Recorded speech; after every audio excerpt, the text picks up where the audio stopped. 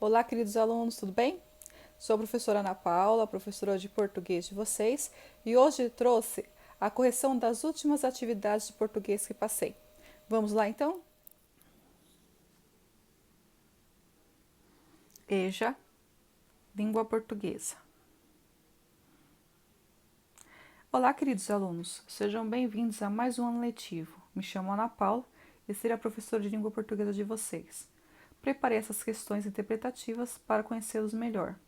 Beijos e nos vemos nos encontros online. Guardem as dúvidas em um cantinho no caderno para que eu possa tirá-las em breve e marque apenas uma alternativa correta. Então vamos para as correções das atividades da semana. Então lá, gente, todas as atividades, tanto de português como de outras matérias, vão ter a comanda para vocês. Então vocês têm que seguir certinho o que está pedindo a comanda para vocês realizarem a atividade corretamente. Então lá, número 1 está assim, ó. O autor escreveu esse texto para... Então vocês têm nesse texto, vocês têm uma imagem, né? É um texto que traz duas linguagens para vocês, que traz a imagem e traz a legenda. Então, na imagem vocês têm uma tartaruga e na legenda tá assim, ó. Você não teve a sorte de nascer com a casa própria nas costas. Então, traz uma pergunta para vocês, tá? E aí, vocês têm que dizer para que o autor escreveu esse texto. Então, vamos lá. Ele escreveu para vender várias tartarugas? Ele escreveu para ler a sorte das pessoas? Escreveu para vender animais pequenos ou escreveu para vender casas e apartamentos? Então, na própria legenda já indica para a gente qual a resposta correta, porque está falando lá casa própria, né?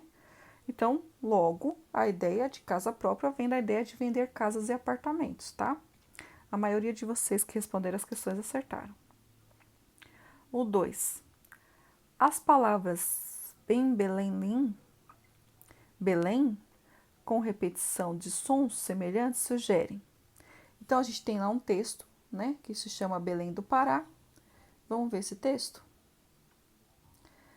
Belém do Pará. Bem Belém, Lelém, viva Belém. Belém do Pará, porto moderno integrado, na equatorial beleza eterna da paisagem. Bem Belém, Lelém, viva Belém. Cidade pomar. Obrigou a polícia a classificar um tipo novo de delinquente, o apedrejador de mangueiras. Bem Belém, Lelém, viva Belém. Belém do Pará, onde as avenidas me chamam estradas, estradas de São Jerônimo, estradas de Nazaré. Então, nesse poema, que nós temos um poema, certo? Aí vocês têm a 2, lá tá assim, ó. As palavras bem, Belém, Lelém, Belém, com repetição de sons semelhantes, sugerem brincadeira com palavras, evocação do tocar dos sinos, homenagem a Belém do Pará, leveza da estrutura do poema. Então, aqui nós temos, muitos de vocês confundiram com brincadeira com as palavras. Poderia até ser, até pode ser a brincadeira com palavras, mas o bem Belém, Belém, viva Belém, se vocês lerem alto, vocês vão perceber que é o som, é o tocar dos sinos, né? Já ouviram falar de sinos de Belém? Então, o autor ele quis brincar um pouquinho com isso, né? Com os sinos de Belém, e aí, colocando as palavras de um jeito diferente no texto, no poema, ele traz pra gente, né, da ideia de o som de tocar dos sinos, tá? A evocação do tocar dos sinos. Então, bem Belém, Lelém, viva Belém, né? Se você falar alto, você vai perceber que é o tocar dos sinos, tá? O 3. O objetivo do texto é... Então, vocês têm aqui um texto, né? Que é uma propaganda, né? Que aí vocês têm lá o presunto saboroso e a aurora. Vocês têm uma imagem, tudo para indicar o que está sendo... Para ajudar, né? A parte textual do texto. Então, vocês têm assim, ó. 4 alternativas. Promover uma ideia. Motivar os clientes a visitarem a empresa. Vender um produto. Falar sobre a importância da alimentação.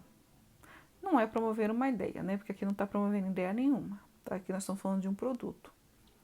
É motivar os clientes a visitarem a empresa? Não, não está chamando os clientes para visitarem a empresa. É falar sobre a importância da alimentação? Também não. Então só sobra o quê? Vender um produto, ok? 4. Sobre os efeitos de humor da tirinha, pode-se afirmar e exceto. Cuidado com as comandas, tá? Muita gente que respondeu essa questão aqui confundiu. Então, toma cuidado com palavrinhas como correto afirmar além de, ou não é correto afirmar. Então, toma cuidado com essas palavrinhas que são pegadinhas, tá? Então, aqui, ó, sobre os efeitos de humor da tirinha, pode-se afirmar, exceto, ou seja, menos, tirando essa parte, ok? Então, cuidado, tá? Então, vocês têm lá a tirinha, tá assim, ó. É incrível a importância do dedo indicador. Um patrão faz assim com o indicador e 3.000 operários vão para a rua. Ah, esse deve ser o tal indicador de desemprego de que tanto se fala. Então, é correto afirmar, quanto ao humor da tirinha, é correto afirmar, exceto, né? Menos. Mafalda emprega o mesmo valor semântico para o vocábulo indicador no primeiro e no segundo quadrinho? Sim. É incrível a tolerância. Aqui, ó, do primeiro quadrinho tá assim, ó. É incrível a importância do dedo indicador. Um patrão faz assim com o indicador e 3.000 operários vão para a rua. E aí tá lá, do último quadrinho.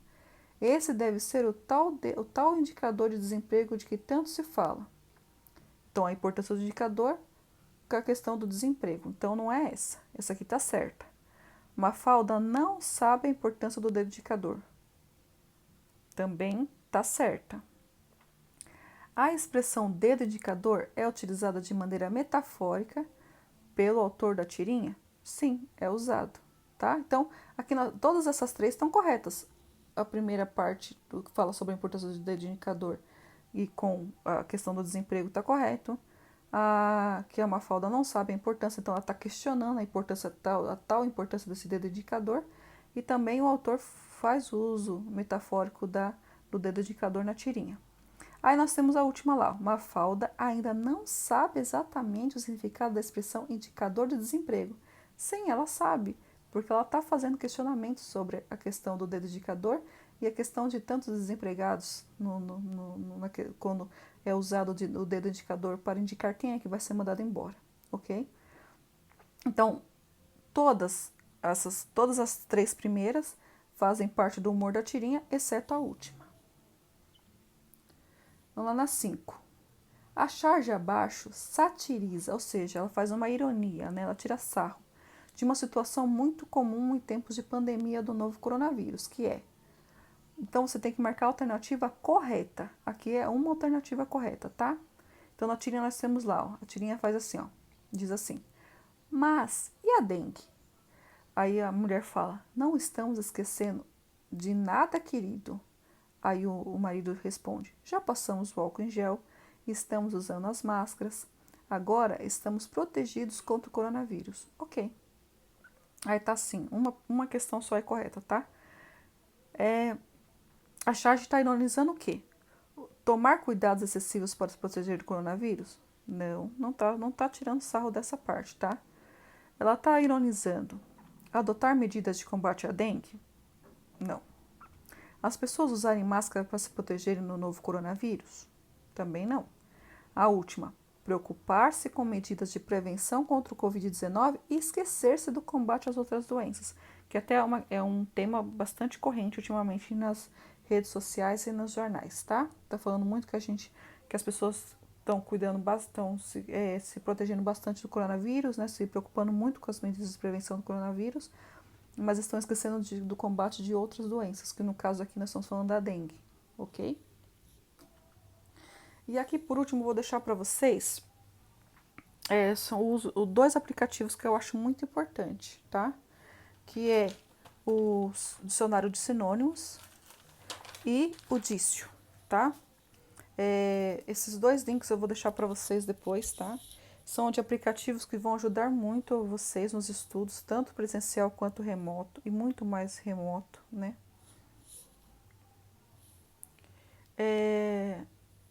Um deles é o dicionário de sinônimo, que ajuda muito na hora de que vocês forem escrever, especialmente quando forem escrever, porque evita muito a temida repetição das palavras, né? Porque a gente sempre, o professor de português, sempre pega no pé de vocês para parar de ficar repetindo a palavra dentro do texto, vocês têm que aprender a usar os sinônimos das palavras, né?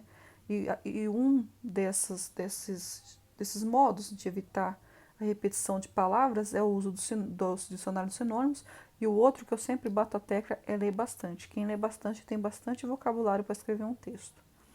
E o outro é o dício, que traz o significado das palavras, ou seja, além de trazer o significado das palavras, também traz a classe gramatical e também a forma correta de escrever as palavras, tá? Então, esses dois aplicativos vocês podem baixar ou vocês podem utilizar um link na internet, ok? Então, a última dica que eu dou para vocês, que é muito importante, que é ler muito e pesquisar bastante, sempre, não só agora, nesse ensino que nós estamos remoto ou híbrido, mas para a vida toda. E é isso, galera. Até a próxima aula. Beijos e cuidem-se.